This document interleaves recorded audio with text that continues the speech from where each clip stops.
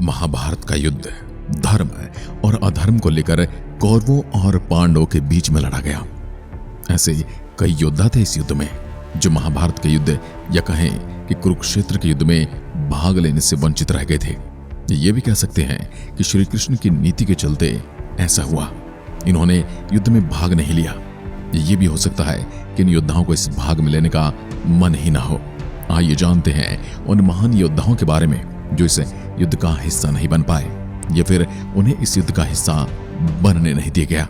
और ये भी जानेंगे अगर ये योद्धा इस युद्ध में भाग लेते, इस युद्ध में होते, तो युद्ध का स्वरूप कैसा होता, क्या ये इस युद्ध को प्रभावित कर पाते या नहीं। दोस्तों, इस वीडियो के अंतिम योद्धा के बारे में जानकर तो आप सचमुच हैरान हो जाएंगे। वह इतना शक्तिशाली था कि उसके एक बाण से पूरा ब्रह्मांड समाप्त हो सकता था। तो वीडियो को अंत तक जरूर देखिएगा, तभी आप जान पाएंगे उस सबसे शक्तिशाली योद्धा के बारे में। यदि आप जानते हैं तो कमेंट में लिखकर जरूर बताइए। नंबर 1, जरासंध। जरासंध महाभारत काल में मगध राज्य का राजा था। जरासंध अगर महाभारत के युद्ध में होता तो युद्ध का स्वरूप या रुख कुछ और ही होता, लेकिन श्री कृष्ण को पता था कि महाभारत का युद्ध होना है। उसके पहले उन्होंने कई बड़े महान योद्धाओं को जैसे जरासंध को भी मारने की सोच ली थी। जरासंध को इस युद्ध से दूर रखने की प्लानिंग कर ली थी। उन्होंने भीम के हाथों पहले ही अपने सबसे शक्तिशाली शत्रु को मृत्यु लोक पहुंचा दिया था। जरासंध को मारना बड़ा ही मुश्किल था, लेकिन भीम ने फिर भी ये सब कर दिखाया था। नंबर 2, शिशुपाल। जरासंध का खास और श्री कृष्ण की बुआ का पुत्र शिशुपाल भी बड़ा ही शक्तिशाली था। श्री कृष्ण ने वचन दिया था कि मैं शिशुपाल के 100 अपमान या 100 अपराध क्षमा कर दूंगा, अर्थात उसे सुधरने के लिए 100 मौके दूंगा। शिशुपाल रुक्मणी से विवाह करना चाहता था। रुक्मणी के भाई रुक्मी का वह परम मित्र था। रुक्म अपनी बहन का विवाह शिशुपाल से ही करना चाहते थे और रुक्मणी के माता पिता रुक्मणी का विवाह श्री कृष्ण के साथ करना चाहते थे, लेकिन रुक्म ने शिशुपाल के साथ रिश्ता तय कर विवाह की तैयारियां शुरू कर दी थी। कृष्ण रुक्मणी का हरण कर ले गए थे, तभी से शिशुपाल कृष्ण का शत्रु बन बैठा था। श्री कृष्ण ने उसके 100 अपराधों के बाद उसका भरी सभा में वध कर दिया था। नंबर 3, एकलव्य। एकलव्य हिरण्यधनु नामक निषाद का पुत्र था। उसके पिता श्रृंगवेर राज्य के राजा थे। उनकी मृत्यु के बाद एकलव्य राजा बना।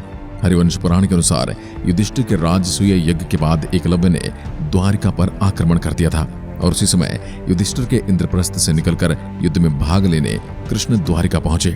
उस युद्ध में एकलव्य का वध श्री कृष्ण के हाथ हो गया था। इस युद्ध के कारण भगवान श्री कृष्ण कौरवों और पांडवों के जुए के खेल में भी उपस्थित नहीं हो पाए थे। नंबर 4, बलराम।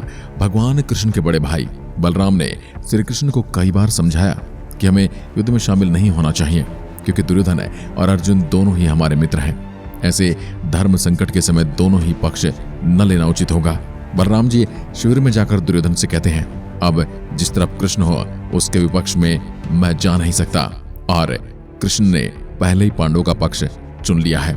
भीम और दुर्योधन दोनों ही बलराम जी के गदा युद्ध में चेले हैं, दोनों ही उनके शिष्य हैं, दोनों पर उनका समान अधिकार था। इसके बारे में उन्होंने कहा भी, तुम दोनों पर मेरा एक जैसा स्नेह है। इन दोनों कुरुवंशियों को आपस में लड़ते देख मुझे अच्छा तो नहीं लगता, अतः मैं तीर्थ यात्रा पर जा रहा हूं। नंबर 5, कालयवन। पुराण के अनुसार जरासंध ने 18 बार मथुरा पर चढ़ाई की। 17 बार उसे युद्ध में पराजय का सामना करना पड़ा। अंतिम चढ़ाई में उसने एक विदेशी शक्तिशाली यवन शासक कालयवन को मथुरा पर आक्रमण करने के लिए प्रेरित किया। कालयवन की सेना ने मथुरा को घेर लिया। उसने मथुरा नरेश के नाम संदेश भेजा और युद्ध के लिए 1 दिन का समय दिया। श्री कृष्ण ने उत्तर भेजा कि युद्ध केवल कृष्ण और कालयवन में हो, सेना को बेकार में क्यों लड़ाएं, सेना को क्यों बेकार में मरवाएं। कालयवन ने यह स्वीकार कर लिया। कृष्ण और कालयवन का युद्ध हुआ और कृष्ण रणभूमि छोड़कर भागने लगे तो कालयवन भी उनके पीछे पीछे भागने लगा। भगवान कृष्ण उसको चिढ़ाते हुए भाग रहे थे, इसलिए वह चाहकर भी उनको छोड़ नहीं सकता था। भागते भागते भगवान कृष्ण गुफा में चले गए। कालयवन भी उनके पीछे पीछे उसी गुफा में घुस गया। गुफा में कालयवन ने एक दूसरे मनुष्य को सोते हुए देखा। कालयवन ने उसे ही कृष्ण समझकर कसकर लात मारी और वह मनुष्य जाग गया। उसने जैसे आंखें खोली और इधर उधर देखने लगा, तब सामने से कालयवन दिखाई दिया। कालयवन उसके देखने से तत्काल ही जलकर भस्म हो गया। कालयवन को जो पुरुष गुफा में सोए मिले थे वो इक्ष्वाकु वंशी महाराजा मधानता के पुत्र राजा मुचुकुंद थे, जो तपस्वी और प्रतापी थे। उन्हें वरदान था कि उन्हें जो भी जगाएगा, जो भी उनके जागने के बाद सबसे पहले उनकी आंखों के सामने आएगा, वो जलकर भस्म हो जाएगा। और इसी का फायदा उठाते हुए भगवान कृष्ण ने ऐसी लीला रची थी।